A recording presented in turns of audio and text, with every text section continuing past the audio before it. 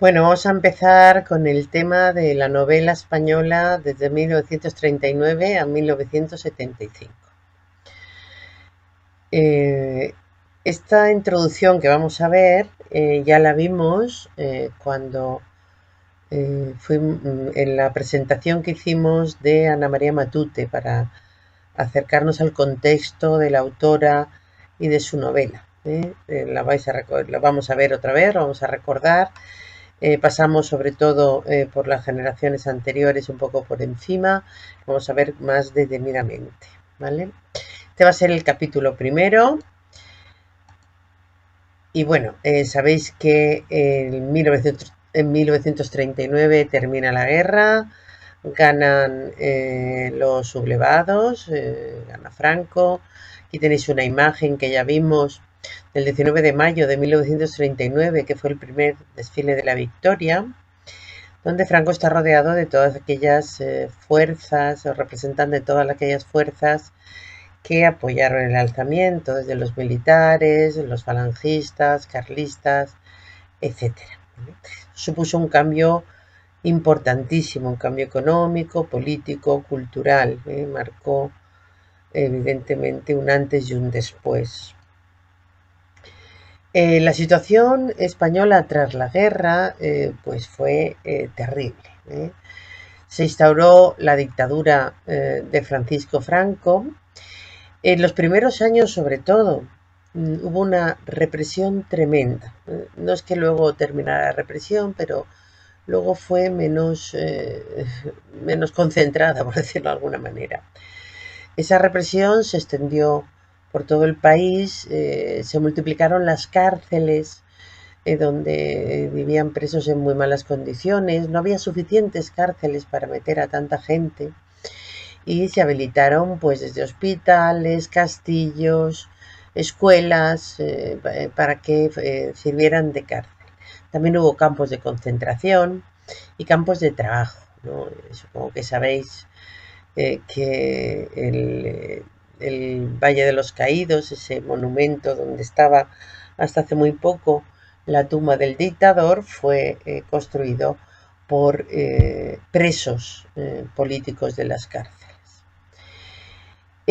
Se crea un Estado con un fundamento teocrático. Sabéis que teo en griego significa Dios, ¿vale? El jefe del Estado lo era por la gracia divina, por la gracia de Dios. En las monedas de entonces, y seguro que encontráis alguna en casa de vuestros abuelos, ponía Francisco Franco, jefe del Estado por la gracia de Dios. Y se hablaba de un Estado que era nacional católico, del nacional catolicismo. Se recogía así dos ideas fundamentales para el nuevo régimen, que era el fuerte componente religioso por un lado y el fuerte componente nacionalista. Un nacionalismo que ensalzaba la historia, sobre todo la historia pasada y la cultura españolas, ¿de cuándo? Pues del tiempo de cuando España era un imperio. Fundamentalmente se hablaba de los reyes católicos, del emperador Carlos V, de Felipe II, cuando en España pues era la cabeza de un imperio importantísimo.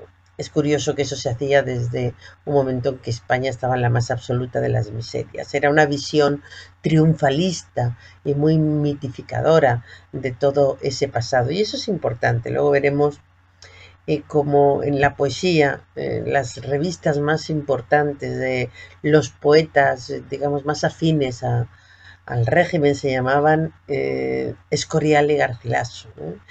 Bueno, ya hablaremos de eso. Escorial, que era la gran obra de Felipe II, y Garcilaso, que además de ser uno de los mejores poetas del mundo, era soldado y era a las órdenes de Carlos V. Es decir, que esa idea del imperio se va a fomentar muchísimo del pasado glorioso de España.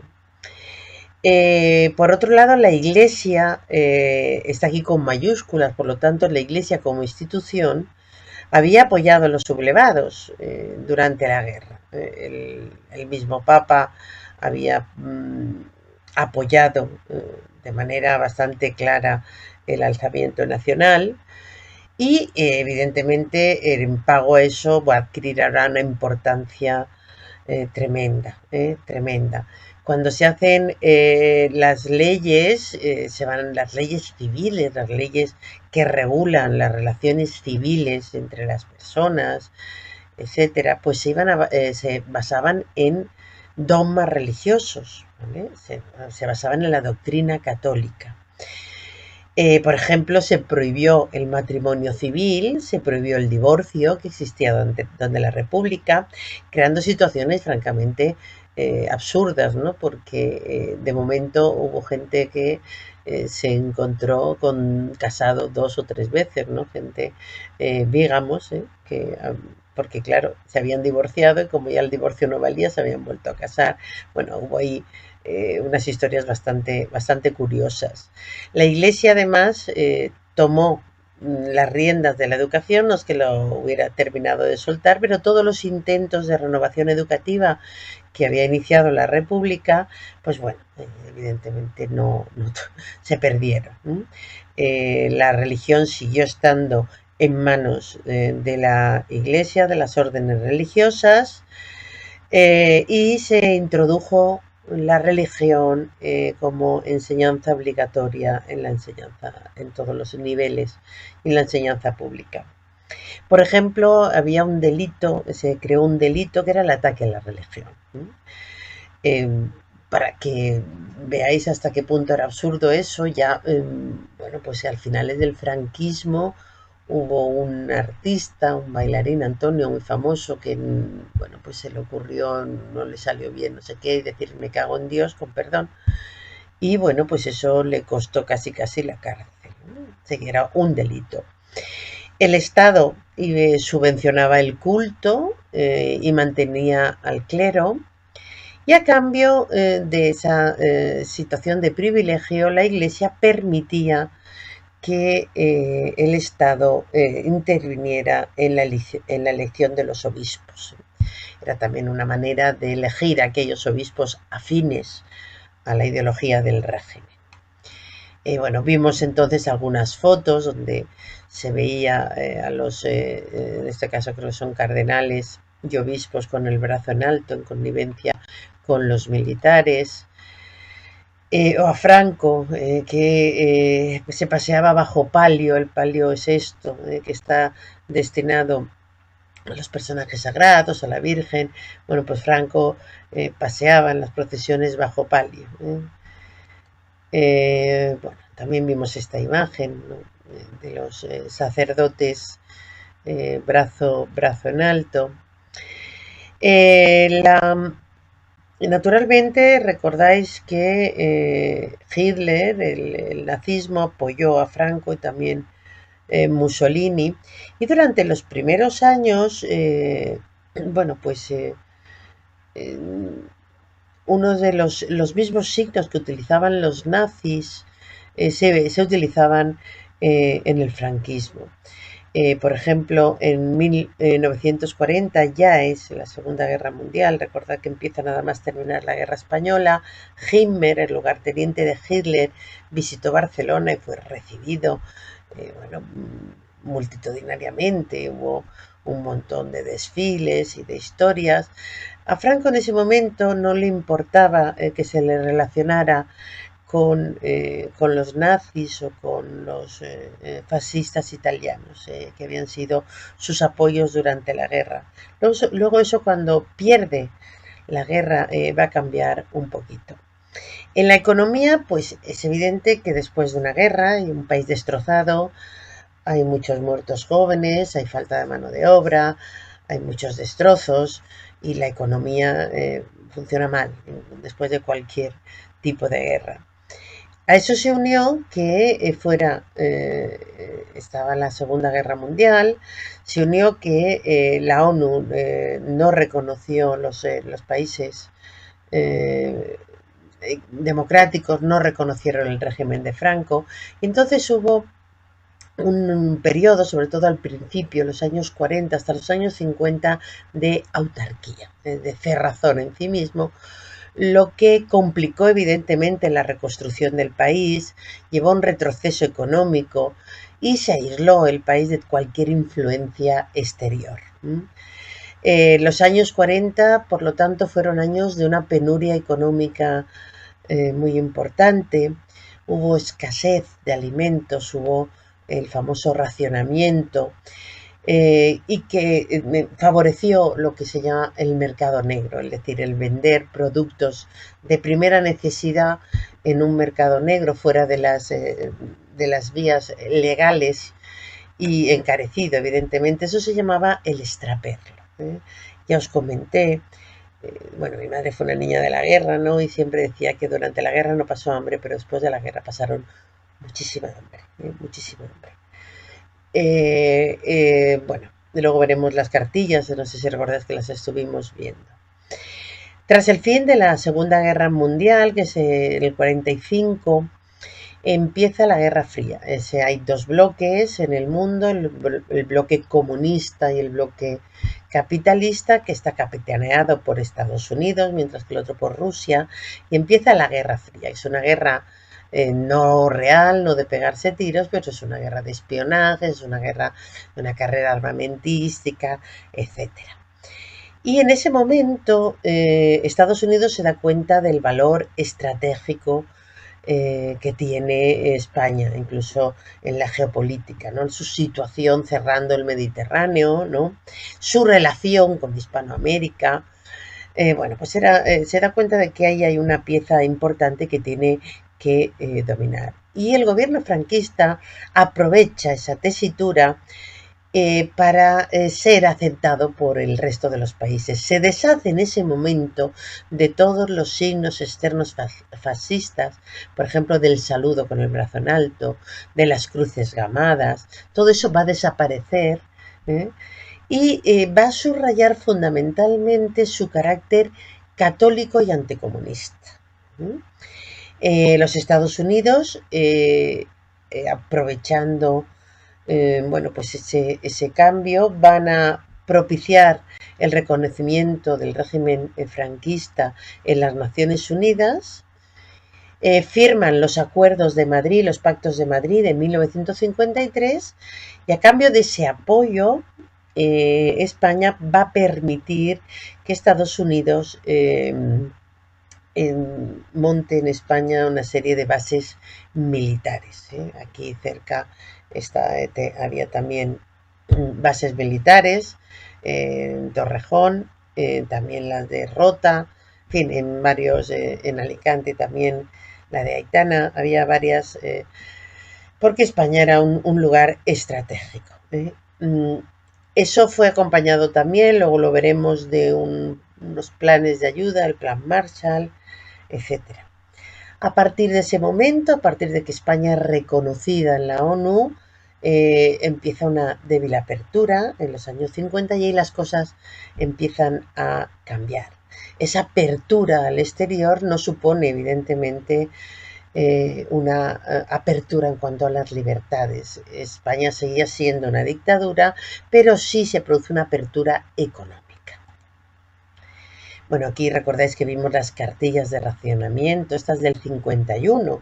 Han pasado ya bastantes años de la guerra y todavía se seguían utilizando las cartillas de racionamiento. Recordad que vimos que esto era el aceite, la carne, ¿no? Pues se asignaban tantos cupones por familia, ¿no? Se podía comprar pues 1 litro, 2 litros, dependiendo de los miembros de la familia. Y luego, si había dinero, si la familia tenía dinero, se podía comprar en el mercado negro, el extraperlo, en lo que hiciera falta. O incluso hacer intercambios, ¿no? Por ejemplo, si una tenía una droguería y podía cambiar a lo mejor pues unos productos por otros. Pero eso se hacía bajo cuerda. Recordad que aquí vimos las de las patatas, que vimos una panadería. El pan era el alimento fundamental de la población. Aquí tenemos una panadería y ahí están las cartillas, las colas para comprar con las cartillas de racionamiento. Y bueno, unos niños de posguerra, los niños pobres a los que les han hecho unos regalos probablemente por Navidad, y esa cara se ve esa pobreza. Son niños con cara de hambre que reinó durante buenos años, de una mala temporada más bien, después de la guerra. ¿Qué ocurre en la cultura? El panorama en la cultura fue desolador. Fue desolador porque la guerra supone primero una quiebra con todos los intentos de modernizar la cultura, con todos los intentos de crear cosas nuevas. Recordad lo que había justo antes de la guerra, recordad esa generación del 14, recordad esas vanguardias españolas, recordad la generación del 27. Todos esos intentos por crear cosas nuevas, pues se interrumpen de manera brutal, de manera brutal. El nuevo régimen evidentemente no parecía apreciar mucho los valores intelectuales, sobre todo si esos valores intelectuales pues estaban en la cabeza o en la mano de aquellos que no estaban de acuerdo con los valores del régimen. Como ejemplo, la quema de libros que hicieron los falangistas el 30 de abril de 1939 en la Universidad Central de Madrid. No es esta foto, esto no es una foto de ese momento, es otra foto en cualquier otro lugar. Estos sí son libros. Quemaban todos aquellos libros, evidentemente, que creían que iban en contra de su ideología, y otros simplemente porque pensaban a veces que la cultura pues llevaba a tener actitudes críticas que a ellos no les gustaban. La mayoría de los intelectuales o habían muerto o se encontraban encarcelados o se marcharon al exilio. Y no hablamos solo de escritores. Al exilio marcharon científicos muy importantes como Blas Cabrera, Arturo Duperier, Juan Negrín, que fue además presidente de la República, Augusto Pi Suñer, Julio Rey Pastor, historiadores muy importantes también como Américo Castro, Salvador de Madariaga o Claudio Sánchez Albornoz, pedagogos como Luis Jiménez Fraud, Antonio Jiménez Landi, filósofos como Juan David García Vaca, José Ferrater Mora o María Zambrano, músicos como Pau Casals, Manuel de Falla, Rodrigo Halfter, pintores como Joan Miró, Picasso, cineastas como Buñuel, y muchísimos literatos, ya los hemos nombrado cuando hemos hablado de la generación del 27, Pedro Salinas, Luis Cernuda, Alto Laguirre, pero también otros que no hemos nombrado, o sí, nombramos cuando el teatro, Max Au, León Felipe, Ramón J. Sender o Francisco Ayala. Toda esa gente se marchó al exilio, pocos volvieron, muchos murieron en el exilio. A todo esto, a todo este, digamos, panorama de empobrecimiento cultural, hay que añadir, evidentemente, algo que a la cultura no le viene bien, que es la situación de miseria, la represión y la censura. Vamos a hablar de esos escritores en el exilio. Ya hablamos de este fenómeno cuando estuvimos tratando de la poesía, y es el fenómeno en que se produce una literatura española, escrita por españoles, con temas muy españoles, pero que los españoles no van a leer, porque está prohibida, ¿vale? Y luego se produce una literatura en España. Hay como dos vías, ¿no? Lo mismo que ocurría con la generación del 27, lo mismo que va a ocurrir ocurría con el teatro. Ahí hay una vía, podríamos llamar una vía muerta de españoles que escriben y ya no escriben para españoles. Esas obras llegaban muchas veces de manera clandestina en los barcos que venían de Argentina, ¿no? Y se repartía por algunas librerías que las vendían de extranjis y los vendían a escondidas, evidentemente, pero no había una difusión masiva de estos autores. El primero de ellos es muy importante, yo he hablado ya varias veces de él, hablamos de él ya como uno de los renovadores del teatro. Mirad el tema del teatro porque está ahí, de un teatro de vanguardia, de un teatro militante durante la guerra. Es un personaje curiosísimo, Max Au, ¿vale? Sus primeras novelas están ligadas, son novelas que se hacen en España, esta del 34, son novelas de la estética vanguardista, que se mueven en los planteamientos de la novela de la generación del 14, planteamientos nuevos, novelas antisentimentales, novelas muy elaboradas, novelas que innovan en la estructura, en las voces narrativas, etcétera. Y como ejemplo está esa Luis Álvarez Petreña. Tras la Guerra Civil se exilia en México y allí escribió sus mejores obras. Lo mejor quizá de su obra es El laberinto mágico, que escribe entre el 43 y el 68. Son varios libros que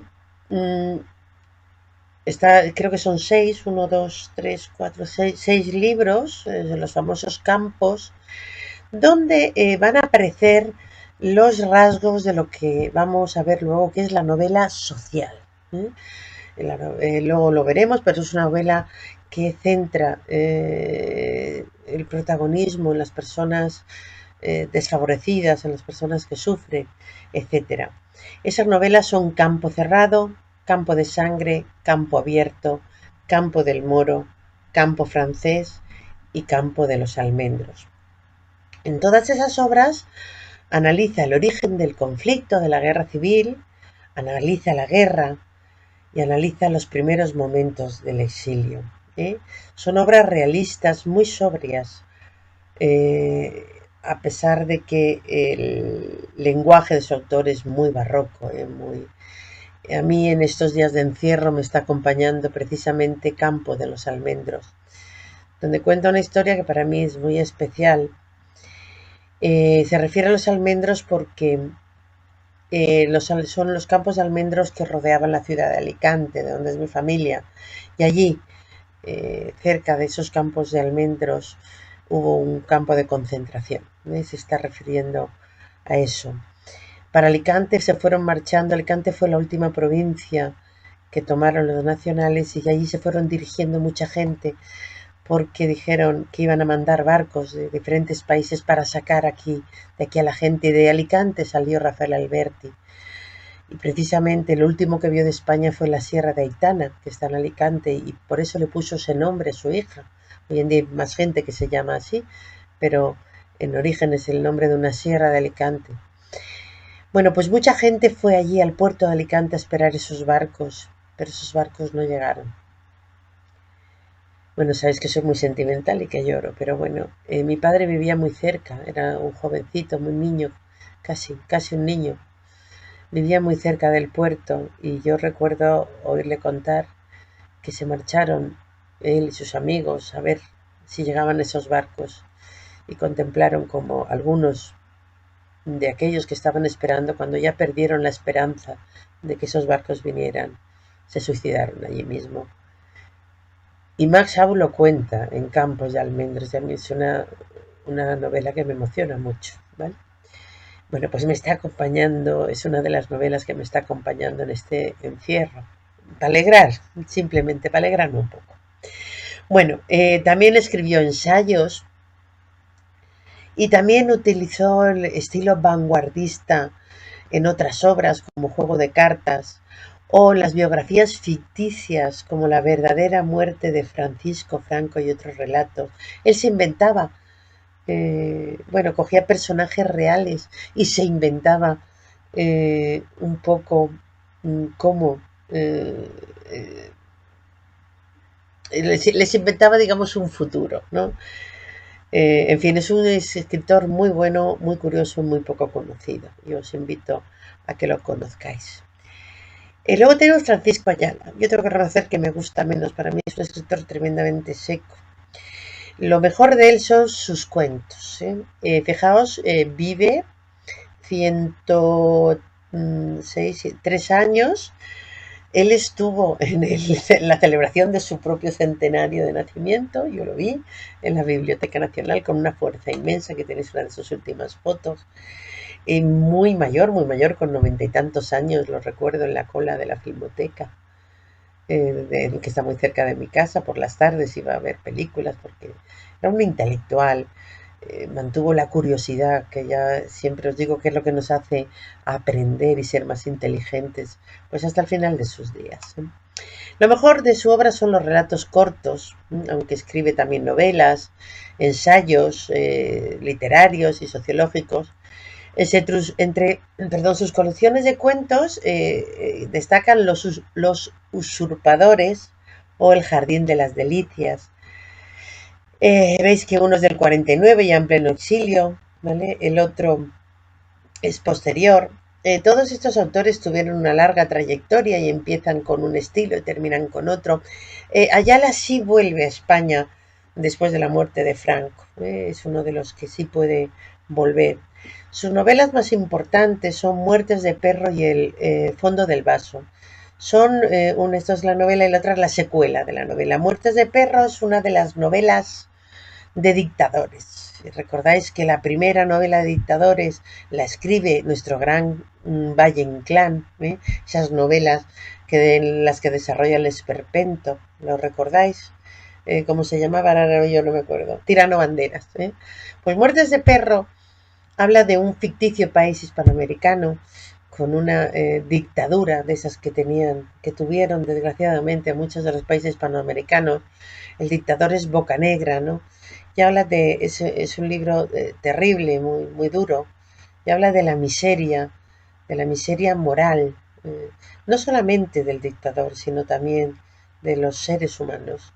Y el fondo del vaso es la continuación. ¿Qué ocurre cuando muere, es asesinado el dictador Bocanegra y se centra también en la miseria humana? Es uno de sus temas. Si bien sus novelas primeras fueron vanguardistas, siempre que decimos vanguardistas, digamos que estamos hablando de esas novelas que surgen a partir de la generación del 14 y que se desarrollan posteriormente, pues que se caracterizaban por el distanciamiento, ¿no? Por ser obras muy elaboradas, etcétera. Bueno, pues una vez en el exilio se orienta más a una novela más grave, más realista, siempre con un tono muy desencantado, siempre una reflexión sobre el poder, como son esas muertes de perro y el fondo del vaso, sobre la violencia y mucha violencia en esas muertes de perro, sobre la corrupción y la degradación moral, que también se ve muy bien en esas dos novelas. Destaca en su estilo la ironía, la escasa trama. Cuando hablamos de escasa trama son las novelas que a vosotros nos gustan porque no pasa casi nada, casi nada, hay mucha reflexión y bueno, y un uso muy singular de la metáfora, un lenguaje elaborado. Es un escritor difícil, ya os digo que no es de mis favoritos, he leído bastantes cosas y no es de mis favoritos. Y bueno, tenemos a Rosa Chacel. Rosa Chacel también pudo volver, murió en el 94 y tras la muerte de Franco fue una de las escritoras y escritores que volvieron. Es muy interesante, escritora, ensayista. Sus narraciones son muy intelectuales, es una novela muy vanguardista en ese sentido, muy intimista, ¿sí? Con gran fuerza evocadora y con un tratamiento del tiempo en el que se nota la influencia de autores como Marcel Proust y James Joyce. Son autores que marcan la modernidad en la novela. En el caso de Marcel Proust son narraciones donde el tiempo se alarga muchísimo. Hay una descripción pormenorizada no solamente de las cosas que pasan en un minuto, sino de los pensamientos que esas cosas producen en un minuto. Y James Joyce es el maestro de plasmar la reflexión interna de los personajes, ¿vale? Esa influencia se va a ver mucho en Rosa Chacel. Son novelas muy complicadas, muy difíciles, porque ya os digo que hay poca trama, que hay mucho diálogo interior de los personajes, donde piensan de manera a veces poco hilada. Y bueno, complicada. A mí me gusta mucho. Sus obras más representativas, yo creo que os hablé de ella, es Teresa, de 1941, ya en el exilio, que crea una biografía ficticia de un personaje que a mí también siempre me ha llamado mucho la atención, Teresa Mancha, que fue la amante del poeta romántico Espronceda. Eh, Fue una mujer casada, madre de varios hijos, que lo dejó todo para seguir a Espronceda, y eso suponía en ese momento para cualquier mujer su muerte social. Finalmente ella termina abandonando Espronceda, creo que ya os lo conté, iba pasando de uno a otro en una degradación moral importante y muere sola, sola, abandonada, pobre, en un semisótano de la calle Santa Isabel. Y bueno, Espronceda, cuando se entera de su muerte, le dedica una de las elegías más hermosas que se han escrito nunca, ¿eh? El canto a Teresa. Bueno, pues ella imagina a esa mujer con muchas reflexiones internas, imagina el porqué de esa huida, imagina esa degradación y ese sufrimiento de esa mujer. Y luego tiene ya, posterior a las memorias de Leticia Valle, o Barrio de Maravillas, que ella escribe en el 76, ya cuando vuelve a España, y son novelas, pues eso, muy intimistas, que hablan mucho de la intimidad del personaje, de personajes femeninos, con ese tiempo que tarda, que no transcurre o que se alarga, porque hay mucho pensamiento en un minuto, hay mucha reflexión en un minuto. Novelas complicadas, pero de una alta calidad literaria, ¿vale? Llegamos a Ramón J. Sender. ¿eh? Su obra anterior a la guerra era una obra realista, directa, muy crítica, muy periodística. Él escribe algo que es, si no me equivoco, el escenario del crimen, donde cuenta bueno, un hecho que ocurrió durante la República, bastante desgraciado. Ocurrió en un pueblo de la provincia de Cádiz, que le han cambiado hasta el nombre, de Casas Viejas se llamaba, para quitarle el recuerdo de aquel incidente, donde unos anarquistas se encerraron, se estaban perseguidos con sus familias en su casa, y bueno, le prendieron fuego a la casa, y cuando salieron los fueron matando a todos. Fue un asunto triste, tremendamente triste, y él escribe una crónica, casi una crónica periodística de ese acontecimiento. Él va a Casas Viejas e investiga. Bueno, pues ese gusto por el realismo se va a ver también en la obra Imán de 1930, que es un relato absolutamente descarnado, durísimo, de la guerra de España y Marruecos. De verdad que es una de esas cosas impresionantes. Yo creo que es un libro muy descatalogado, pero merece la pena leerse. Siete Domingos Rojos del 32, que narra los acontecimientos de una semana de huelga en la ciudad de Madrid. Todo es como muy de crónica, muy casi periodística, muy realista, muy duro, con muy pocos adornos, tremendamente duro. Tras la guerra, en el exilio, comienza una serie de obras, 9 relatos, que es la Crónica del Alba, que la empieza en el 42, y son una rememoración desde la historia de un muchacho, desde que era joven, con un carácter autobiográfico. Una de sus obras más conocidas es una novela muy cortita y encantadora, El Requiem por un campesino español, que publica fuera de España, por supuesto, en el 49, y donde retoma el tema de España y de la guerra. Y otras obras, la aventura equinocial de Lope de Aguirre, donde, bueno, literaturiza la figura de Lope de Aguirre, que es un personaje de los conquistadores que fueron a América, un personaje curiosísimo. Del 64, la tesis de Nancy, del 60, donde también introduce elementos de vanguardia. Como veis, son tienen una vida literaria muy larga y van cambiando de estilo. Yo creo que nos vamos a quedar aquí en este capítulo porque es un tema largo, ¿vale? Y esto lo veremos mañana.